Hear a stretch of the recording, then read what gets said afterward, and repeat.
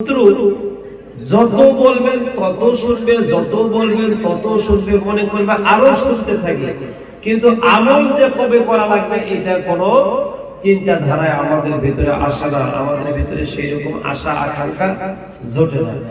উচিত হচ্ছে পৃথিবীতে সব ভালো ভালো কথাগুলো বলা শেষ, এখন শুধু আমল করা দরকার।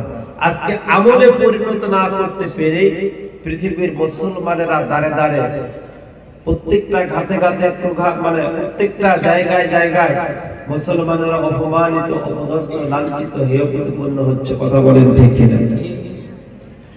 আপনারা ভারতবর্ষের মানুষেরা অনেক উচ্চ শিক্ষিত, এই জন্য শুনে থাকবেন ডক্টর জর্জ বার্নার্ড শ। এদিকে তাকাও। মনে করেছি তোমার দেশে আসছি না, এই জন্য মনে করেছি গল্প করলে হুজুর কিছু বলবে না। কোন গল্প করার বক্তা আমি না। কথা যতক্ষণ আমি বলবো ততক্ষণ শুনতে হবে। আমি চলে গেলে অন্য সময় তোমরা গল্প করিও।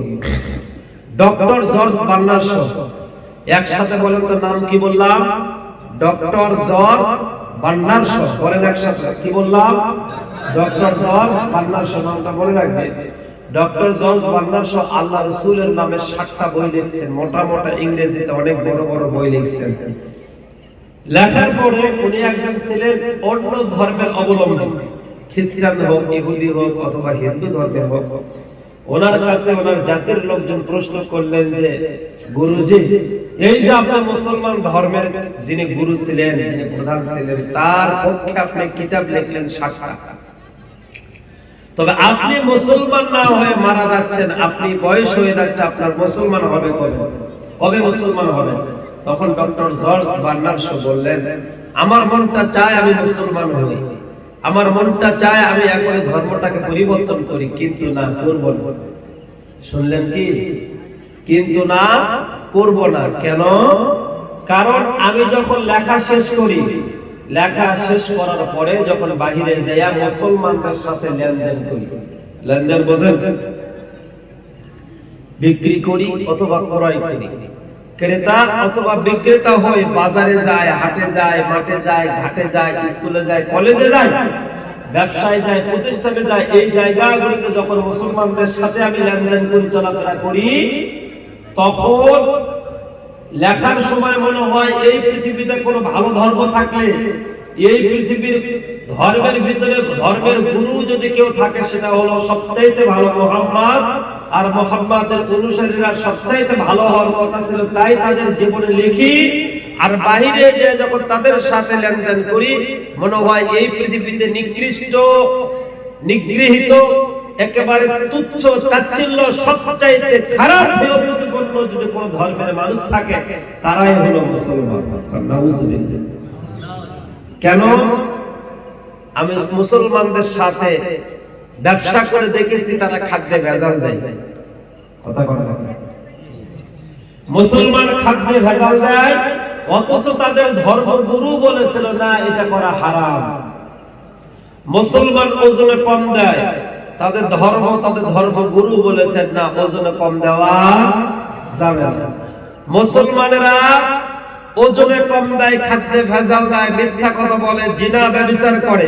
মুসলমানেরা অশ্লীলতা, বেহায়াপনা কার সমাজে করে? মুসলমান মেয়েদের পর্দার কথা বলা হয়েছে, মুসলমানদের মেয়েদেরকে স্বামীর খেজমতের কথা বলা হয়েছে, মুসলমানদের মেয়েদেরকে পরক্রিয়া প্রেম থেকে বাঁচার জন্য কথা বলা হয়েছে। কিন্তু মুসলমানদের গ্রামে, মুসলমানদের বাজারে ঘুরে দেখি, এই পৃথিবীতে সবচাইতে বেশি অপরাধ প্রবণতা কাজ মুসলমান নারী পুরুষ করে। অতএব এই ধর্ম সবচাইতে নিকৃষ্ট, আমি এই ধর্ম পরিবর্তন করে মুসলমান হব না। নাউজুবিল্লাহ। তাহলে এই পৃথিবীতে সবচাইতে খারাপ ধর্ম আমাদেরকে বানাইলেন আমাদের কারণে। কথা বলেন ঠিক কিনা? অথচ ডক্টর জর্জ তিনি 7টা বই লিখলেন। ডক্টর জর্জ বার্নার্ড শ 7টা বই লিখলেন মুহাম্মদ রাসূল সাল্লাল্লাহু আলাইহি ওয়াসাল্লামকে কেন্দ্র করে। এবার আরো একজন ধর্মগুরু, তিনি ছিলেন খ্রিস্টান, নাম হলো এফ.এ. ফিনসান। কি বললাম বলেন তো সবাই? এফ.এ. ফিনসান, একসাথে বলো, এফ.এ. ফিনসান। ইনি পৃথিবীর অশান্তি ছড়িয়ে পড়লো সকল দেশে। মোল্লারা বসলেন কি করে শান্তি ফিরিয়ে আনা যায়। আপনাদের দেশে যখন কোনো কিছু দাম বাড়িয়ে যায়, জনগণ সহ্য করতে না পেরে আন্দোলন নামে, তখন দিল্লিতে মোদিজি বসে বৈঠক করে, অথবা মমতা ব্যানার্জি বসে কি করেন, বৈঠক করেন, তাই না? বৈঠক করে এটার দাম কেমনে কমানো যায়, এই সমস্যা কেমনে সমাধান করা যায় চেষ্টা করে। এফএ ফেনসান ওই মিটিংকে বসাছিলেন, সবাই কথা বললেন। কেউ বললেন হিন্দু ধর্ম অবলম্বন করলে, তাদের ইতিহাস মানলে পৃথিবীতে শান্তি ফিরে আসবে। খ্রিস্টান বললেন আমাদের ফাদারের ইতিহাস মানলে। এরপরে ইহুদি বললেন, নাসারা বললেন, মজুসি বললেন, যত পৃথিবীর ধর্মগুরুরা আছে সবাই সবার কথা বললেন। এফএ ফেনসান বললেন না, আমি বললাম আমার একটি মন্তব্য আছে, আমার একটি কথা আছে, এইটা যদি আমি বলি তোমাদেরকে, এইটা যদি তোমরা মানে নিতে পারো, আমি বললাম আমাদের স্রষ্টার নামে কসম করে পৃথিবীতে মুহূর্তের ভিতরে শান্তি ফিরে আসবে। বলেন সুবহানাল্লাহ। খ্রিস্টান বলেছে তাও সুবহানাল্লাহ বললেন কেন? আমি যে বলতে বললাম, আমি শিক্ষক। বলেন মাশাআল্লাহ। আপনারা ছাত্র এলাক। ডক্টর এফএ ফেনসান বলেন, if all the world was united under the Muhammad sallallahu alayhi wasallam.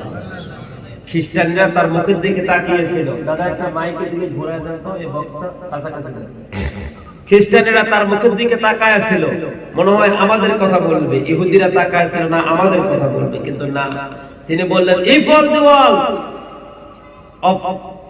the world was united under the Muhammad sallallahu alayhi wasallam. তোমরা কি দুনিয়াতে শান্তি ফিরিয়ে আনতে চাও? তোমরা কি চাচ্ছ আবারও শান্তি ফিরিয়ে আসুক পৃথিবীতে? কারো জীবন আদর্শ গ্রহণ করলে পৃথিবীতে শান্তি ফিরে আসবে না। ঘরে ঘরে, বাড়িতে বাড়িতে, দোকানে দোকানে, হাটে বাজারে, মাঠে ঘাটে, দেশে প্রান্তে কোন জায়গায় শান্তি ফিরে আনা সম্ভব না মানুষের জীবন আদর্শ। তবে হ্যাঁ, একজন মানুষের জীবন আদর্শ গ্রহণ করলে শান্তি ফিরিয়ে আনা সম্ভব। তার নাম মুহাম্মদ, জন্মগ্রহণ করেছে মদিনা, জন্মগ্রহণ করেছে মক্কায়, বংশটা কুরাইশ। জন্মের পূর্বে বাবা মারা যায়, জন্মের পরে 6 বছরে মা মারা যায়। ভাই বোন কেউ ছিল না, একজন মাত্র ছিল, যার নাম হলো মুহাম্মদ সাল্লাল্লাহু আলাইহি ওয়াসাল্লাম। If all the world was united under the Muhammad sallallahu alayhi wasallam, all have been the best. Fighted men to let the people for years create do games and ideas to peace and happiness. বলেন না মারহাবা।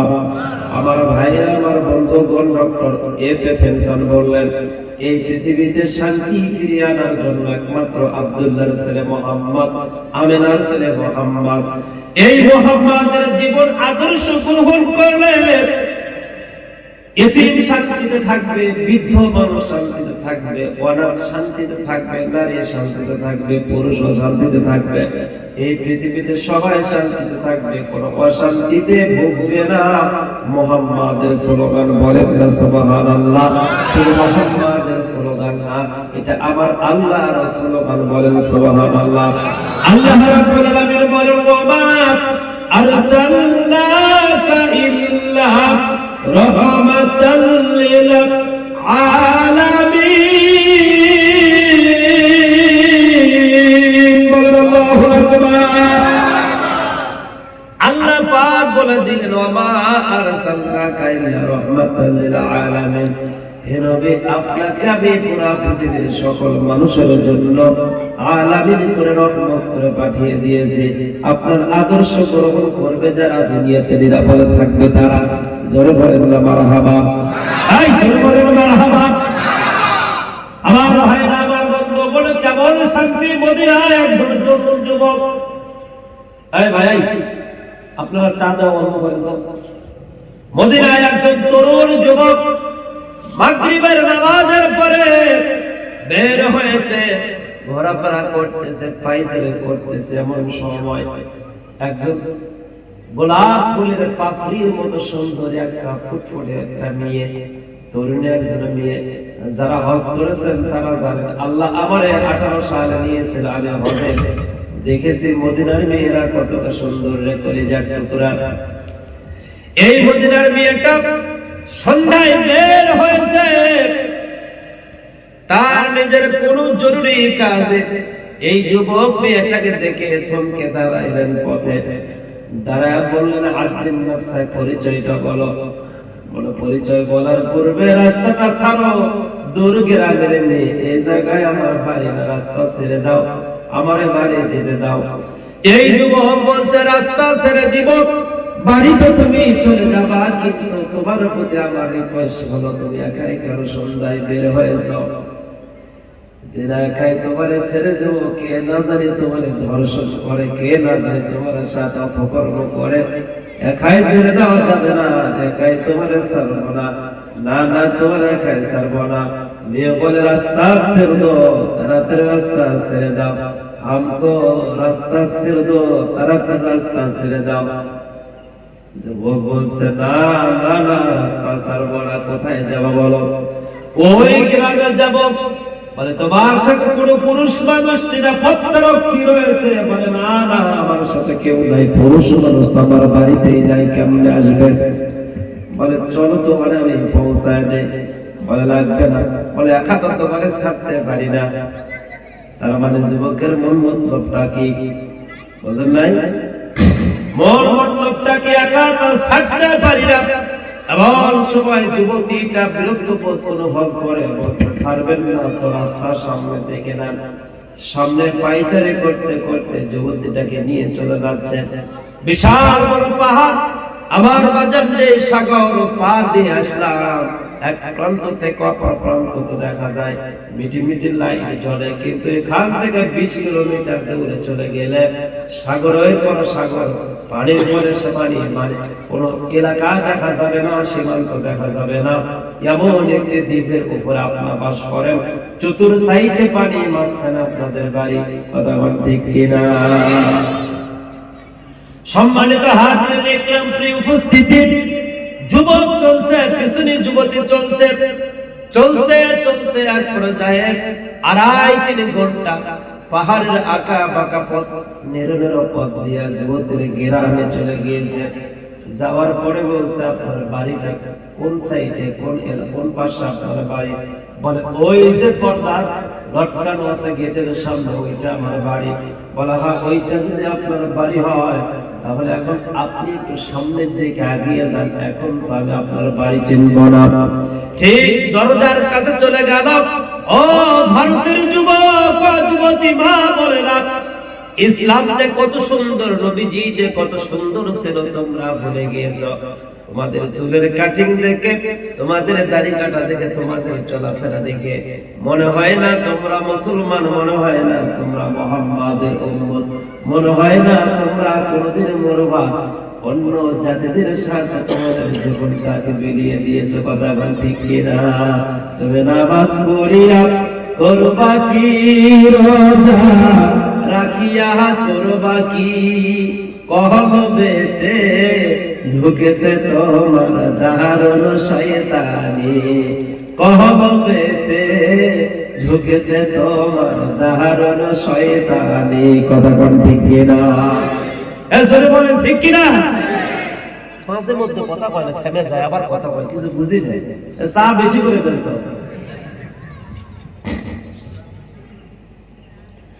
সম্মানিত ভাইরা আমার, প্রিয় উপস্থিতি, এই যুবতী মেয়েটা বাড়ির গেটে গেলেন। যাওয়ার পরে দরজায় পা দিবেন এমন সময় ডাক দিয়ে বলছে,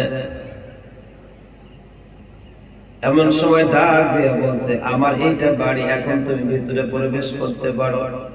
তখন যুবক বলছে না না, আমি ভিতরে প্রবেশ করব না, আমার দায়িত্ব ছিল তোমার গেট পর্যন্ত পৌঁছে দেওয়া। এটাই যদি বাড়ি হয় ভিতরে প্রবেশ করো, নিরাপদে থাকো, আমার আরো কোনো টেনশন না। আমি বাড়ির দিকে চলে গেলাম। মারহাবা। যুবতী মেয়েটা বললেন। এবার যুবকটা সালাম দিচ্ছে, আসসালামু আলাইকুম ওয়া রাহমাতুল্লাহ। এই কথা বলে অ্যাবাউটটার গো ব্যাক পিছনের দিকে চলে যাচ্ছে। যুবতী মেয়ে বলছে আব্দুল নাফসা, পরিচয়টা দিয়ে যারে ভাই। কি পরিচয় নিবা? এলাকায় নতুন আসছো ঘোরার জন্য, এলাকায় মনে হয় নতুন ফরেন্সে আসছে। কারণ আমাদের সাগর দিতে যারা ঘোরার জন্য আসে ওই সমস্ত মেয়েদের হাত কাটা জামা পরতে হয়, টাইট প্যান্ট পরতে হয়, টি শার্ট পরতে হয়, গেঞ্জি পরতে হয়, না পরলে তো তারা আনন্দ পায় না, যুবকদেরকে খেপাইতে পারে না। অতএব তুমি যে এই যে নারো পথ দিয়ে 2.5-3 ঘন্টা পাহাড়ের আঁকা বাঁকা পথ দিয়ে একা একা আমার বাড়ি পর্যন্ত পৌঁছায় দিলাম, তোমার ভদ্রতা দেখে, তোমার ভদ্রতা দেখে, নম্রতা দেখে, তোমার কথাবার্তা, তোমার আচরণ দেখে যতটুকু মনে হয়েছে তুমি মনে হয় বাংলাদেশের যুবক। বলে না না, আমি মদিনার যুবক। এদেশে আমার দাদার বাড়ি, এদেশে আমার মামার বাড়ি, এই দেশে আমার বাবার বাড়ি, এদেশে আমি জন্মগ্রহণ করেছি। তখন যুবতী বলল, এই দেশের যুবকদের যে চরিত্র এত ভালো হয়েছে আমি জানতাম না। বলে আমার চরিত্র ভালো ছিল না, আমিও আগে জিনা ব্যভিচার করতাম, আমিও মেয়েদের জীবন নষ্ট করতাম, আমিও প্রেম প্রীতি করতাম। যেদিন মুহাম্মাদের হাত ধরে হাত রেখে পড়েছি লা ইলাহা ইল্লাল্লাহু মুহাম্মাদুর রাসূলুল্লাহ, ওই দিন থেকে জিনা ব্যভিচার, ওই দিন থেকে সুদ ঘুষ, ওই দিন থেকে মিথ্যা কথা বলা সব কিছু ছেড়ে দিয়েছি। আমি মুসলমান, এছাড়া আমার কোনো পরিচয় তোমার সাথে দিলাম, তোমার সামনে দিলাম না। উচ্চ আওয়াজে বলুন না সুবহানাল্লাহ। আমার ভাইরা, আমার বোনেরা, এই যুবক আমার সময় বললেন, মা আমার বাবার নাম শুনে কি করবা, আমার মায়ের নাম শুনে কি করবা, আমার ভোটার আইডি আধার কার্ড নিয়ে তুমি কি করবা? শোনো, আমার একটি পরিচয় তোমার সামনে আজকে দিয়ে যায়, আমি তোমার সাথে ভালো আচরণ করার একটাই মাত্র কারণ, আমি মুহাম্মাদের উম্মত, আমি মুহাম্মাদের উম্মত, আমি মুসলমান, আমি মুসলমান, আমি মুসলমান হওয়ার কারণে তোমার সাথে ভালো আচরণ করেছি, বাড়ি পর্যন্ত পৌঁছা দিয়েছে। উচ্চ আওয়াজে বলুন না সুবহানাল্লাহ। ولا تهنوا ولا تحزنوا وأنتم الأعلون إن كنتم مؤمنين।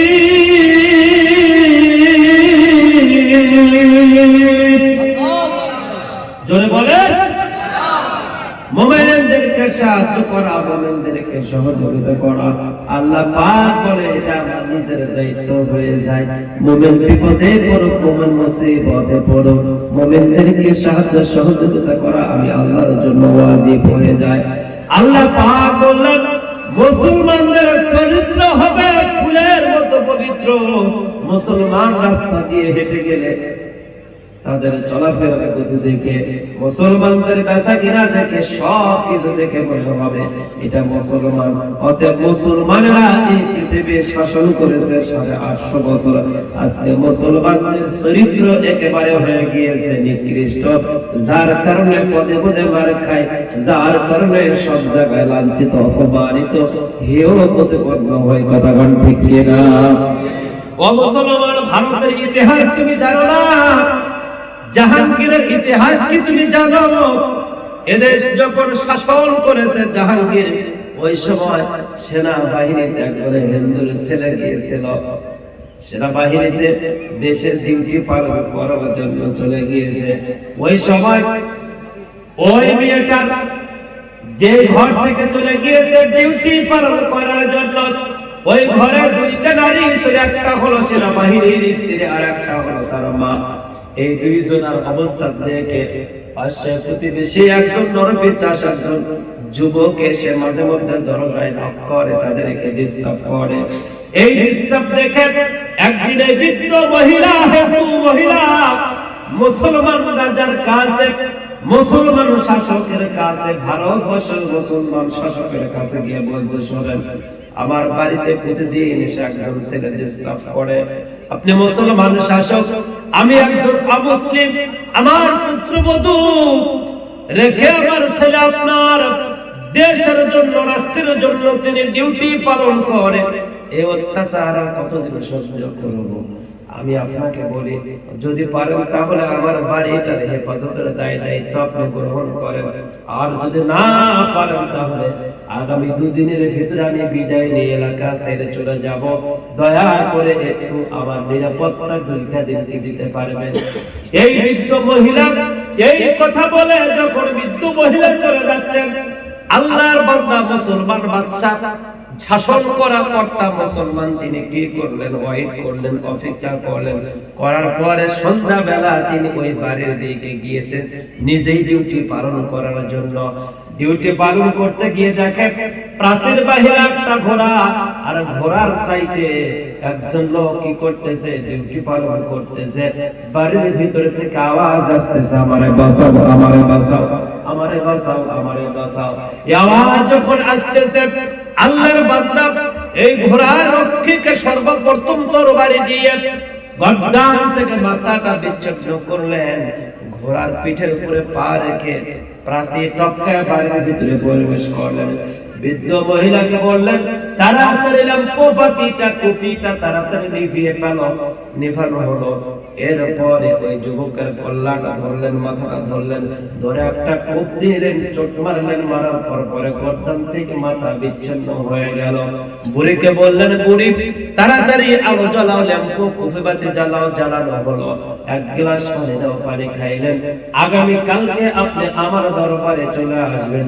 এই কথা বলে আল্লাহর বান্দা চলে গেলেন বাড়ির দিকে। বাড়িতে গিয়ে খাওয়া দাওয়া করলেন। বুড়ির কাছ থেকে ঠান্ডা গ্লাস পানি পান করলেন, আর ল্যাম্প কুপি বাতি জ্বালাইতে বললেন। পরের দিনে কার্যালয়ে গিয়ে বসলেন। বসার পরে বুড়ি লাঠি ধরে হাঁটি হাঁটি পা পা করে আসতেছেন। ওনার সামনে দাঁড়ায় থরথর করে বুড়ির শরীরটা কাঁপতেছিল। আল্লাহর বান্দা বললেন, ও মা, তুমি কাফকার হয়েছে, কি সমস্যা আবার তোমার নতুন করে তৈরি হলো?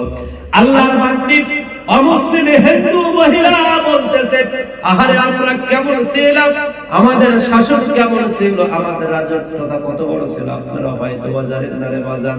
তখন এই বুড়ি মহিলা বলল, বাদশাহ গতকালকে আপনি আমার বাড়িতে গিয়েছিলেন, ল্যাম্প বাতি লিভাইতে বললেন, আবার জ্বালাইতে বললেন, আবার আমার হাত এক গ্লাস পানি খাইলেন। আমি অবস্থে বুঝতে পারলাম না ঘটনা কি। তখন আল্লাহর বান্দা এই রাজত্ব চালাচ্ছিলেন যে বাদশা বললেন, মা যে সময় আমি আপনার বাড়ির ভিতরে প্রবেশ করেছি, ওই সময় মনে মনে ভাবলাম আপনার বাড়ির আশেপাশে আমার বাড়ি ছাড়া অন্য কারো বাড়ি নয়, কেউই সাহস পাবে না আমার যুবক ছেলে ছাড়া আপনার পুত্রবধূর সাথে শারীরিক সম্পর্ক জিনা ব্যভিচার করার মতো কেউই সাহস পাবে না। এই জন্য মনে মনে ভাবলাম যে আজকের বিচারটা আমি নিজে বাবা হয়ে সন্তানের করব। আর এটা করতে গিয়ে লাইট জ্বলানো অবস্থায় সন্তানকে যদি গর্দানে চোট দিয়ে দে, সন্তানের মুখের দিকে তাকাইলে সন্তান যতই পাপিষ্ট হোক না কেন কলিজায় মায়া আসবে, মমতা আসবে, যার কারণে আমি চোট থেকে সন্তানকে বিরত রেখে ক্ষমা করে দিব। বিধায় আমি বললাম, লাইটটা লিভায়া ফেলো, আমি আমার সন্তানটার আগে জবাই করি, গলাটা মাথাটা গর্দান থেকে বিচ্ছিন্ন করে দেই। এই জন্য লাইটটা আমি লিভাইতে বলছিলাম। বুঝতে পারলাম লাইটটা লিভাইতে বলছেন, কিন্তু আবার লাইট জ্বালাইতে বললেন কেন? লাইট জ্বালাইতে বললাম আমি তো গর্দানটা বিচ্ছিন্ন করলাম, আমার পাপিষ্ট সন্তান তার চেহারাটা একটু দেখার জন্য আমি লাইট জ্বালাইতে বললাম। লাইট জ্বালানো বললাম, ঠিক আছে লাইটটা তো আপনি জ্বালাইতে বললেন, আমি তো লাইট জ্বালাইলাম, আপনি তো অপরাধীকে দেখলেন, মাথাটা তো আপনি নিজেই ধরলেন, ধরে তো আমার সামনে নিয়ে আসলেন, কিন্তু এক গ্লাস ঠান্ডা পানি আপনি আমার কাছ থেকে চাইলেন কেন? কেন এবার আমি ঘটি থেকে আপনি পানি পান করায় দিলাম আপনাকে। বৃদ্ধ মহিলা এই কথা বলার পরে বাদশা বলছেন, বাপ ওই যে আপনি বলেছিলেন আমার 2টা দিন সময় দাও, 2টা দিন যদি ডিউটি, 2টা দিন যদি তুমি নিরাপত্তা দাও, 2 দিনের ভিতরে এলাকা ছাড়বো, আর যদি নিরাপত্তা দাও তাহলে সারা জীবন তোমার এলাকা আমি থাকবো, কারণ আমি অমুসলিম, তোমার জন্য হয়তো বা সহ্য হচ্ছে না, বিধায় তুমি আমাকে নিরাপত্তা দিতে পারছো না। এই কথা বলার পর থেকে আল্লাহর কসম করে বলি, আল্লাহি তাআলাহি বিল্লাহি আমার স্ত্রী হাত থেকে এক গ্লাস পানিও পান করি নাই, আমার সন্তানের কাছ থেকে এক গ্লাস পানিও পান করি নাই, আমার কর্মচারী সামন্ত যারা রয়েছে তাদের কাছ থেকে কোনো পানি পান করি নাই। আমি অনাহারে অধ্যহারে রোজা রেখেছি, আর ওই রোজার ইফতার করেছে আপনার হাত থেকে এক গ্লাস পানি নিয়ে। কারণ আমি প্রতিজ্ঞা করেছিলাম যতক্ষণ পর্যন্ত এই চোরের বিচার না করতে পারবো, এই সন্ত্রাসী এই পাপিষ্ঠ জিনা করে বিচার না করতে পারবো, ততক্ষণ পর্যন্ত আমি ইফতারও করব না, কিছুই খাবো না। বলেন না মারহাবা। আবু দাউদ শরীফের কিতাবে এসেছে আল্লাহ রাসূল বলেছেন, কোন এলাকায় যদি মুসলমান শাসন করে, ওই এলাকার ভিতরে মুসলিম থাকলে মুসলমানদেরকে যেমন সরকারের সাহায্য সহযোগিতা দেওয়া হবে, অমুসলিম তো ঠিক কতটুকুই দেওয়া হবে। সামান্যতম যদি কম হয়ে যায় গোমা, হাসর ময়দানে কিয়ামতের দিনে আল্লাহ আমারে ধরবে, রাসূল আমার বিরুদ্ধে নালিশ দিবে, আর আল্লাহ রাসূল নিজে ওকালত করে আমারে জাহান্নামে যাওয়ার জন্য রাস্তা প্রশস্ত করে দিবে। জোরে বলেন নাউযুবিল্লাহ। এটা হলো মুসলমানের চরিত্র। এই ভারতের ইতিহাস আপনাদেরকে শোনায়া দিলাম। এই জন্য এইরকম যদি চরিত্র আবার আমরা ফিরে আনতে পারি, তাহলে আবার এদের শাসন করবে আবার মুসলমান। কথা বলেন ঠিক কিনা? ভারতের ইতিহাসে যত বিল্ডিং দেখতে পান, যত কার্যালয় দেখতে পান, যত মসজিদ, মাদ্রাসা, কলেজ, ইউনিভার্সিটি, বিচারিক কার্যালয় দেখতে পান, সবগুলো মুসলমানদের করা। 850 বছর এই ভারতবর্ষ সহ সারা পৃথিবীর অর্ধেক অংশ শাসন করেছে মুসলমান। জোরে বলেন না সুবহানাল্লাহ।